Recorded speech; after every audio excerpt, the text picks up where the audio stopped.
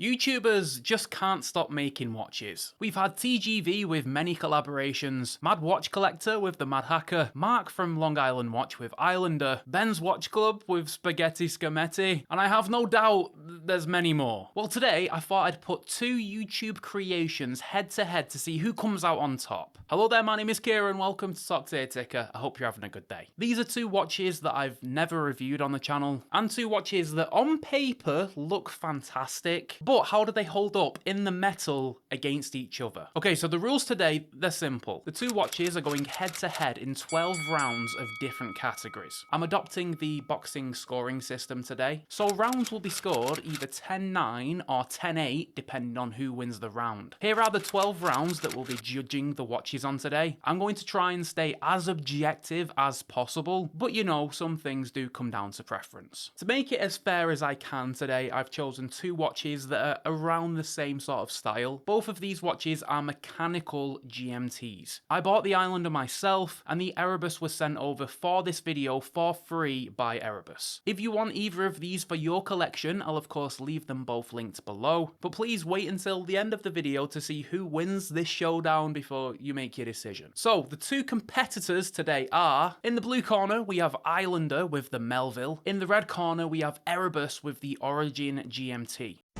Round one, fight! Personally, I think this is an area where neither brand really looks that strong. Erebus feels like the name that ChatGPT would throw out if you asked it to create a name for a watch brand. Islander is what we call desperate 20-year-olds here in the UK who go on a reality TV show. I think Islander is the better one here, as it's actually got a personal link to the watch brand founder, and a link to the location of the watch brand too. Erebus means something like darkness in Greek mythology. I guess Jody's trying to tell us that he's a secret Satanist. Both brand logos are as generic as they come, sorry. One looks like an arrow inside of a circle, the other, well, it looks like an anus. This one's a close one because, well, both are pretty average, but I think this round just about goes to Islander.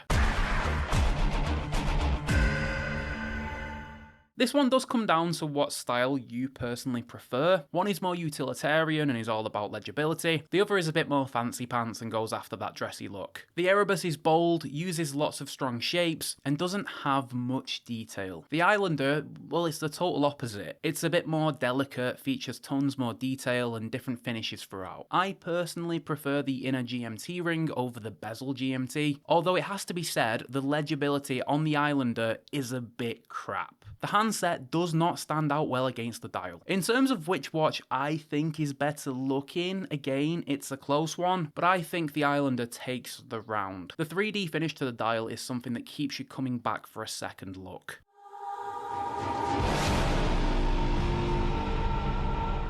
When it comes to cases, again, both are slightly different styles here. Erebus has gone after that utilitarian vibe with a completely brushed finish and lots of sharp angles. The Islander, on the other hand, is more curvaceous and features a lot of polishing. I 100% prefer the lugs on the Islander with those polished edges around the end links, but I also appreciate that the Erebus is unapologetically bold. In terms of quality of finishing, I think both are pretty average, but the mixture of finishes to the Islander and slightly more case detail makes it take the round for me.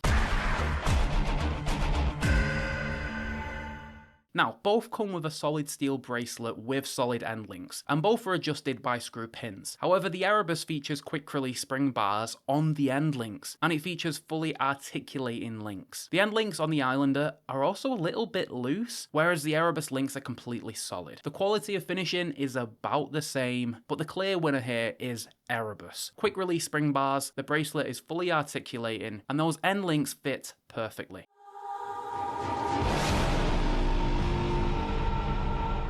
Both watches feature a milled scissor clasp. However, the top of the Islander clasp is only pressed. Not only that, but it also has just 3 levels of micro adjustment. And it's not even toolless micro adjustment. The Erebus clasp, though, is completely milled, and it has an on-the-fly adjustment system. This is the easiest win so far. One clasp feels cheap, the other feels premium. And the Islander clasp isn't even signed. This one is a knockdown to Erebus. It destroys Islander in the clasp department. Both watches are using the exact same movement here. It's the mechanical Seiko NH34 GMT movement. Both watches use a 6 o'clock date, and both watches look like they're using a standard date wheel. However, Islander have used a display caseback on their watch, where you can see a beautiful blue custom rotor on the movement. Therefore, Islander gets the point here because of that customization.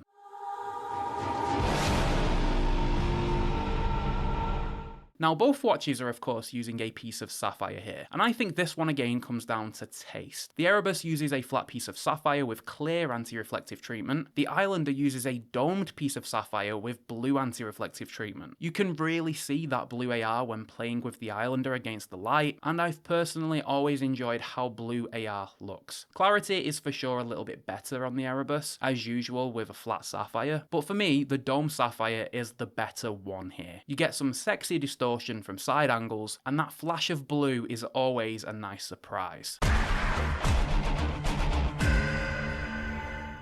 Lume is one of those things that is either a must-have or something you couldn't give two ticks about. Now, both watches use a BGW9, so offer a blue glow. However, the Islander uses C3 for the GMT hand, which stands out nicely. Due to the size of the lume plots, the Erebus for sure has the better low-light experience. But shout out to the Islander for having the more interesting lume of the two. Everything is outlined in lume rather than filled with it. However, it would be unfair not to award Erebus the point here, just because it is brighter and it lasts longer too.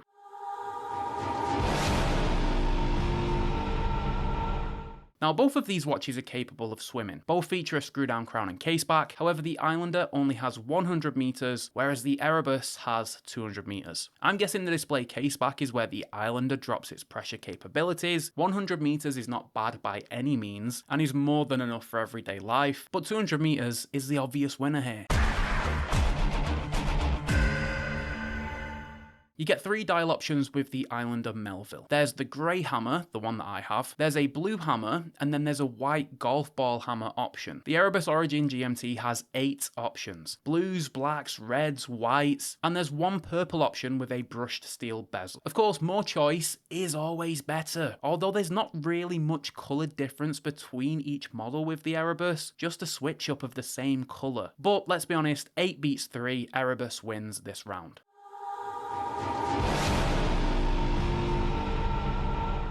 Now, I appreciate this is the most subjective round of the lot, so please feel free to disagree with me here. Which of these watches is the most stylish? Well, I think if you hold the two next to each other, the Erebus is what catches the eye first. Just because of that striking white dial and the blue and red bezel, I also think the Jubilee style bracelet stands out more. I do think though that the Origin is more generic looking than the Islander. It basically looks the same as every other Pepsi inspired watch, whereas the Islander certainly has a little bit of originality to it. I'm judging this one based on which one I think I'd wear the most, and I genuinely think I'd reach for the Islander over the Erebus. Final round.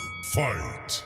Okay, the final round, the final boss, value for money. The Islander Melville with the bracelet comes in at $349. The Erebus Origin GMT has 2 different versions. There's the classic that comes in at $449, and then the premium that comes in at $489. The premium features a Jubilee bracelet and a dual-coloured ceramic bezel, which is a very expensive part to manufacture due to failure rates. There's currently a sale on the Erebus website, but for this round, I'm going to take both at their regular price. So $344 versus $449. So the Erebus is around $100 more than the Islander. You get a much better clasp, a more premium bracelet, a ceramic bezel, and an extra 100 meters of water resistance. I think you do get more bang for buck with the Erebus. And in hands, the Erebus does feel more premium than the Islander, due to things like the slightly loose end links and that super cheap clasp. This round goes to Erebus, you get a bit more bang for your buck. An incredibly close fight between these two, and there's only 1 point's difference between them on the scorecard. Islander started very strong, but then Erebus kind of took over towards the end of the fight. So the winner today is Erebus by one singular point. As mentioned, the Islander is the one I would probably wear most of the two, but I think the quality does go to the Erebus here, and I think objectively the Erebus probably is a better watch. This clasp on the Islander really did knock it down enough to make it lose. I hope you enjoyed something just a little bit different today. I know it's been a little bit fun and goofy. Let me know your winner of the two down in the comments, and you'll find links for both of these watches in the description below. Thanks for watching, catch you in the next one. Bye for now.